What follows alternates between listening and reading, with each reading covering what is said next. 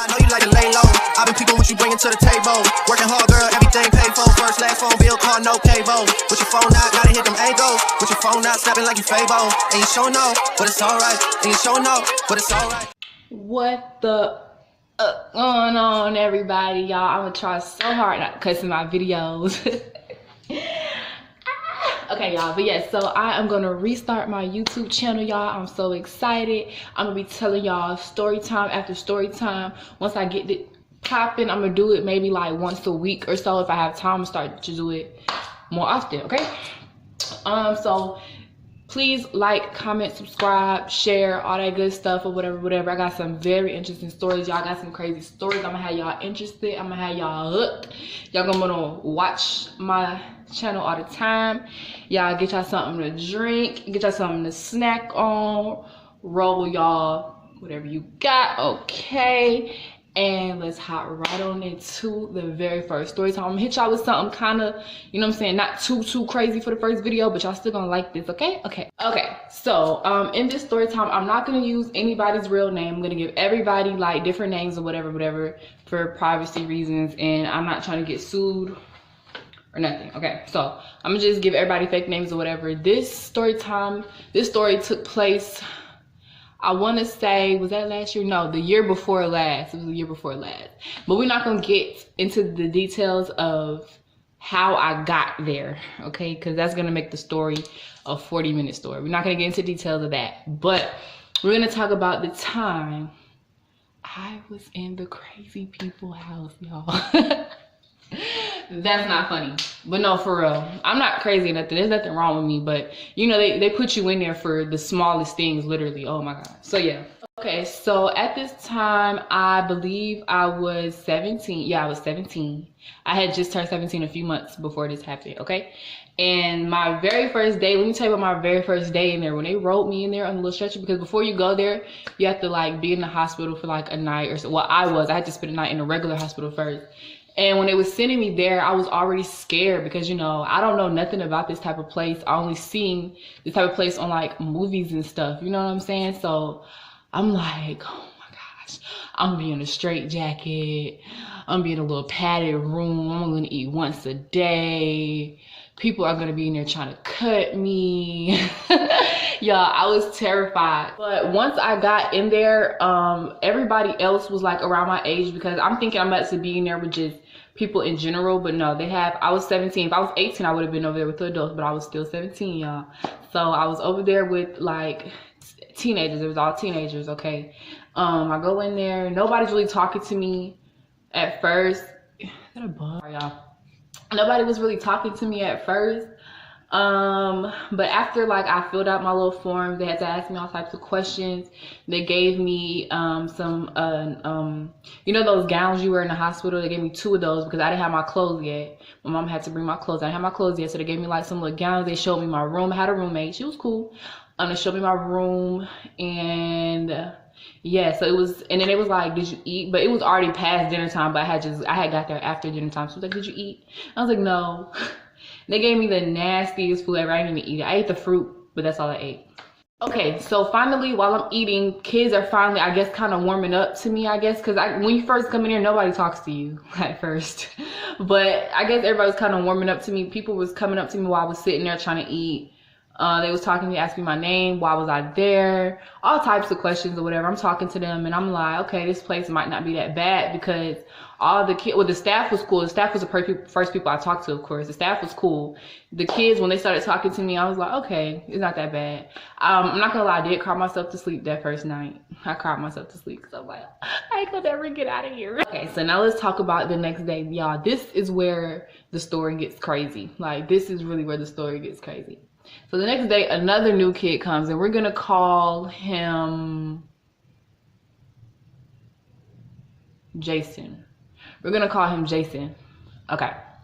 Jason comes, and already off back, I could tell that I didn't like him, because I didn't like his attitude. Like, he came in there just kind of like, I don't know how to explain it, but I guess he just kind of thought he ran the place already. Like, we're all the same. We're all in here for pretty much the same reason. Like, humble yourself. But okay, yeah, so Jason comes in one day, we're not gonna really talk about that day. It was nothing spectacular, but I had to mention Jason. He's a very important character, y'all, in this story.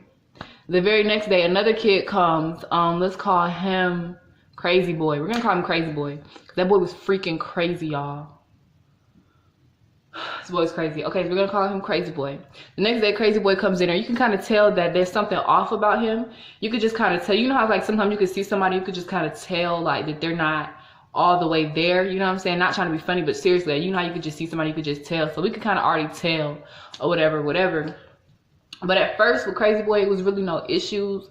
But we could just kind of tell like everybody was just kind of on 10 when it like came to him. Like everybody was just kind of like, you could just tell like he was one of those. Okay, so let's talk about the very first time Crazy Boy had flipped out. So it was pretty hot around the time that I was there. So they used to let us go outside pretty much every day, except for one day it rained. But all the other days I was there, we went outside every day.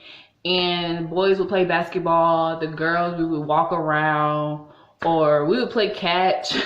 We would have a radio, they let us take a radio out there, we'd be listening to music, doing whatever. And the boys will always either play basketball or football. Okay, so remember Jason, is that what I named him? Yeah, remember Jason. Jason was playing basketball with the other boys or whatever, and Crazy Boy was kind of walking around playing, like talking to himself. Like literally, it was like the little part where the boys play basketball. It was like a little pavilion. This is where all the girls were. We were all under the pavilion, and then like the rest of the outside, it was gated up. Like of course it was gated up. We in a freaking mental hospital. It was gated up, but the rest of the like the little outside part that we was allowed, it was grass. So Crazy Boy's walking around in the grass talking to himself or whatever, and the boys were playing basketball, and the basketball had went over to the grass near Crazy Boy. Crazy Boy picks up the basketball and he starts playing with it. Jason goes over there to get the ball from him. Yeah, these boys started fighting. Now, mind you, both of these boys are big boys, okay? They're not like skinny, muscular, no, they're big boys, okay? So they're fighting or whatever. Everybody just like, we just watching like, I'm not finna try to go over there and stop them, first of all. And at first, like the staff that took us outside, he was a man. He was a big man. He was cool. He was the one that took us out there. So he didn't do nothing. He was just sitting there like, hey y'all, hey, like they're not gonna stop by you saying hey. The fuck? Ooh, sorry. So I think he finally realized that they was not about to stop fighting by him just sitting there saying, hey. Okay? So he finally gets up, he's walking towards them or whatever. And while he's walking there, it was a little distance for him to walk to, but he was still taking his time. Even though it was a little distance, he was taking his time for them to be fighting. But anyway. So he walking over there. While he walking over there, do y'all know Crazy Boy bit Jason? Now let me explain this bite to y'all. It wasn't no little bitty, no. He ripped his skin off. Like he was trying to eat him. Like when he bit him, when he was biting, Jason could not get him off him because that's how bad of a grip he had on him. But when the staff finally got over there and pulled Crazy Boy off him, oh God, I want to throw up just thinking about it again. Hold on. Okay. It was like a big, like, I don't know, but it was like purple and it was bleeding a lot and it was like his skin was hanging off, y'all. Oh my God. When I seen it, everybody, we all had the same face on. We was all just like,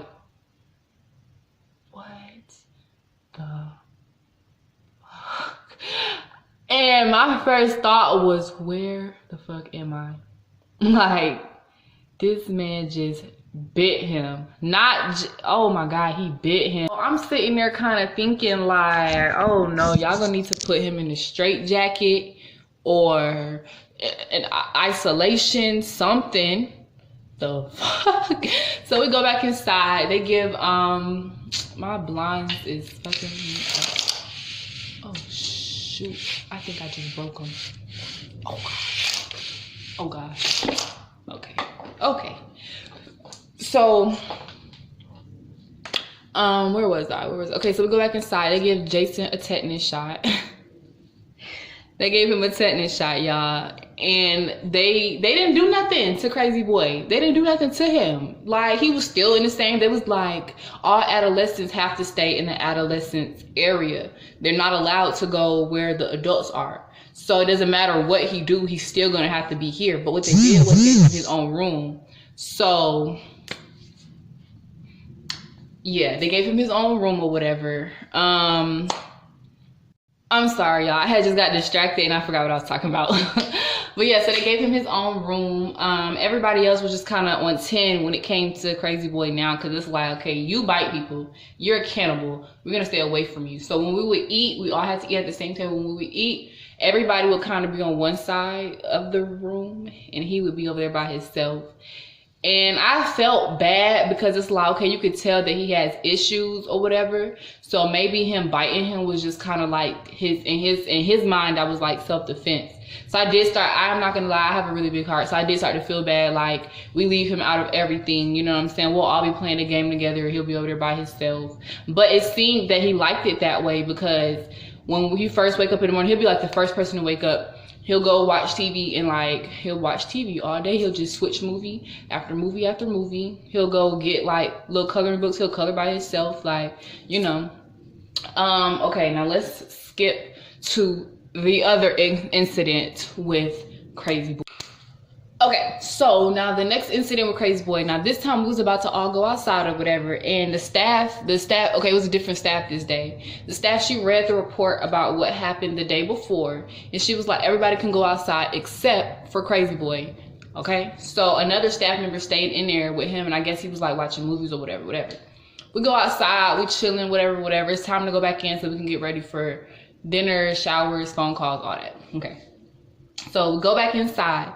The TV was super loud, y'all. Like, it was like he had it on 100 and then put in an aux cord and turned the speaker to 100. It was so loud, like, and he's sitting right in front of it. You could hear that. Like, you could have heard that thing on 25, really. But anyway, so I asked the staff member, she was so cool, y'all. I miss her. She was so cool. I was talking to her, whatever, because I was talking to her the whole time. Like, I wasn't really playing, you know what I'm saying? So I was like, can you tell him to turn it down or whatever? She was like, just go turn it down. And I was like, no, because I don't want him to bite me. She was like, he's not going to do nothing to you. Just go turn it down or whatever.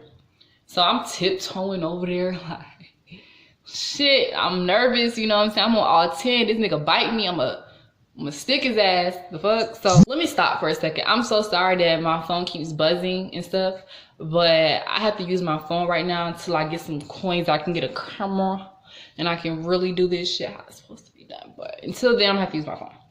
Okay, anyway, continue story. So I'm tiptoeing over there, you know what I'm saying? I'm on all 10, like, he better not bite me. So I go over there. Oh, no. She told me to turn the TV off. She didn't say nothing about turning it down. She was like, go turn that TV off or whatever. And I was like, I don't want him to bite me. And she was like, girl, just go turn the TV off. So I'm like, okay. So I tiptoe over there to the little area where the TV at. And he see me, like, I could tell. I'm looking at him, and I see him keep doing like this. So I know he's, oh, that bird just scared me. So I know he see him or whatever. So I did it. So I ran, I pressed the button, and I dipped. When I tell you I've never ran so fast, as soon as I pressed that button, I was gone. And he jumped up, but I thought he was jumping up to attack me. I ran behind Jason because, I mean, that's the only one, he was the only one in there that's gonna fight him. Because he's not scared of him. I mean, yeah, he bit him, but he was, you know what I'm saying, he got out there with him. Like, it's not like he lost the fight. If he wouldn't have bit him, he still would have won. So yeah. So I ran behind Jason like, oh my God. But he didn't even come towards me or nothing like that. So he go over there, and all he did was get up and he turned the TV back on, and he sat back down. So Jason was like, man, whatever. So he went over there, he turned the TV off, and he unplugged it.